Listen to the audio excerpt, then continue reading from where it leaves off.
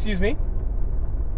It's starting to finally get nice here in the Midwest, so I know I'm looking forward to getting outside more and maybe being able to take driving with Nick on location here very soon. So yeah, without further ado, this week I kind of wanted to talk about something that over the last couple of years has become more and more, and people with their side hustle and doing different things and moonlighting and doing stuff like that, and how does that relate to your personal insurance, and is that something that you should worry about, and things like that. So with that said, it is something that as you progress, depending on what you do, depending on what your side hustle is, something that you should talk to your insurance agent about. And look at it like this: like, what do you do, right? So who do you work with? What do you say? Is it a product? Is it a service? Who is it for? Meaning, like, is it something for kids or animals, right? Where we should be involved, we should worry about that. Are people coming to your house, right? Because what a lot of people don't know is, we've talked about personal insurance, right? So personal home and auto and things like that. It's just that. There are exclusions as it would pertain to anything you do professionally or for business, right? There is a little bit of coverage for maybe some business personal property depending on the policy, but that's very minimal. But if you have people coming onto your to your house, let's say if you're a beautician to get your hair done or something like that is excluded, right? And you need to add an endorsement on for something like that, right? So that's the first thing, to think about what you're doing, right? Right now, the biggest thing, right, and the thing we'll start with is, Uber, Lyft, Uber Eats, Instacart, those sorts of things, right? The short answer to that is we'll use Uber and Lyft first. Depending on your insurance policy, it may or may not. You need to tell them that you are driving for Uber or for Lyft, because when you are in your car just driving, you don't have the app on, your personal insurance covers you. When you turn the app on and are waiting for a ride, we'll call it, to pick somebody up, Uber or Lyft has the same limits, very minimum, 50,000 per person, 100,000 per accident, 25,000 in property damage, right? Once you accept a ride, that jumps up to $1 million.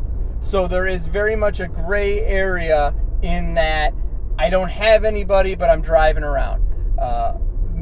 Many companies now actually have an endorsement. You put it on, it's a Rideshare endorsement, and it covers you all the time, but it covers especially that gap of where there's not a lot of coverage, right, where it's minimal, and that will be huge. Also, too, Uber and Lyft cover your car if you have comprehensive and collision coverage. They cover that as well, but their deductible is $2,500. So depending on your deductible, it might not be worth it, but there is some coverage there. Uber Eats uses pretty much the same coverages. So how I explained it, they do the same thing, but Instacart and some of those, Instacart, DoorDash, they have very minimal or no coverage, or in DoorDash's instance, they act as secondary and only activate if yours personal insurance is exhausted. But if it doesn't, then they don't cover anything. So in those instances, it's really important to get with your agent and say, hey, this is what I'm doing. Many companies now, if you're, we kind of look at those four will come interchangeable, where if you're doing Uber and Lyft and some Instacart on the side or something like that, where they're interchangeable, and there is a business endorsement that can be added to some personal auto policies and it's maybe only a couple $100 a year difference, right? It's not super duper expensive. So that's always something that we should look at and you should talk to, right? As we look at other side hustles or go through things like that, right?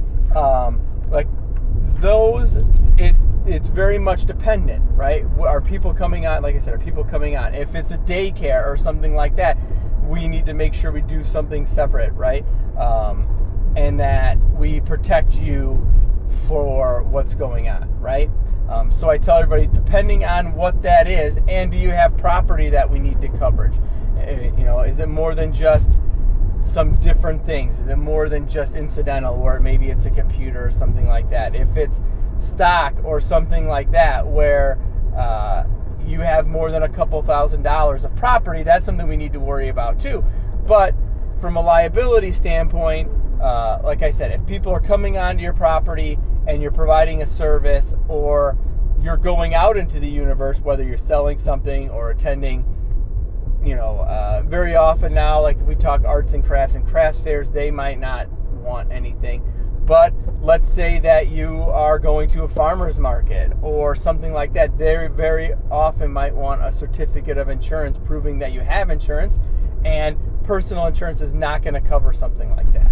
So it is important to, based on what your side hustle is, right, to reach out, talk to your agent. We have a conversation of what that is. Very often, if we were to do a very simple liability policy, it might only be somewhere between $300 and $400 a year, depending on what it is and what you're doing and how much sales you project or something like that.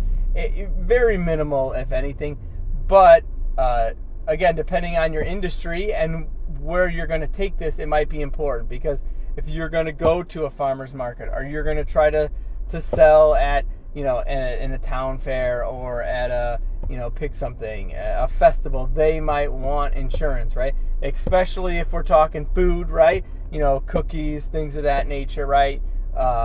Anything like that. Not only does that have to be separate, but it's not something that very often can be done in your own kitchen. There's some rules with that we would get into, and that would kind of default to the health department, things like that. But yes, so moral of the story is, it depends. Like most things with insurance, it depends. So it's something that it's important to, as it becomes more than something that is just, okay, I'm thinking about, if you're doing Uber and Lyft, for sure, please reach out, talk to us, so that we can go through that together, make sure that you have all the coverages that you need. And then as it would pertain to anything else, right, let's just reach out and talk about it and see where you're at, what your goals are, where you want to do with it, how much time is being dedicated, and, again, we can point out and look at your liability and some of your risks, so that we're all on the same page, and that, God forbid, if something happens, that you're covered. So, if anybody should have any questions on this or anything else, please don't hesitate to reach out. I hope everybody has a great weekend and a great day, and look forward to talking to you next week. Thanks so much.